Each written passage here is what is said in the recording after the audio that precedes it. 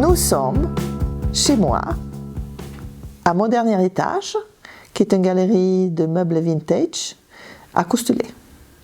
J'ai un papa qui était fou de design et qui achetait beaucoup d'art. Et quand il est mort, il y avait une montagne de meubles et ça concordait avec le moment que je suis venue m'installer dans le Luberon.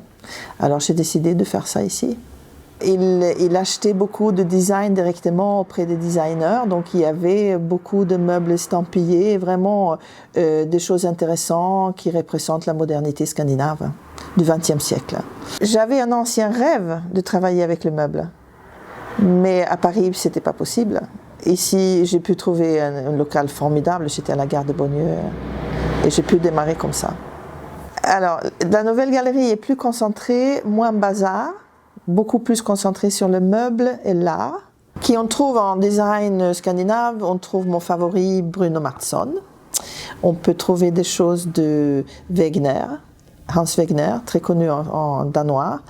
Beaucoup de noms de Scandinavie, mais également j'ai du Pierre Jeanneret, c'est le cousin de Corbusier.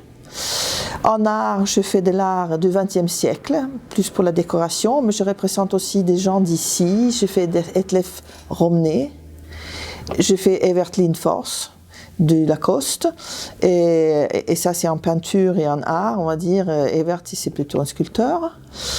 Et je fais aussi Nicolas Brémond, qui est ébéniste.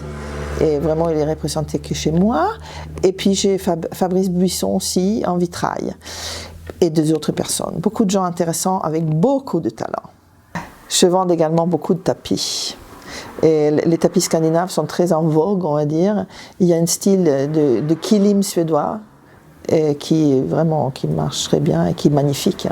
Tout est tissé main et c'est des années 50, 60. Je fais aussi de la déco parce qu'il y a des clients qui demandent de l'aide et qui veulent des conseils.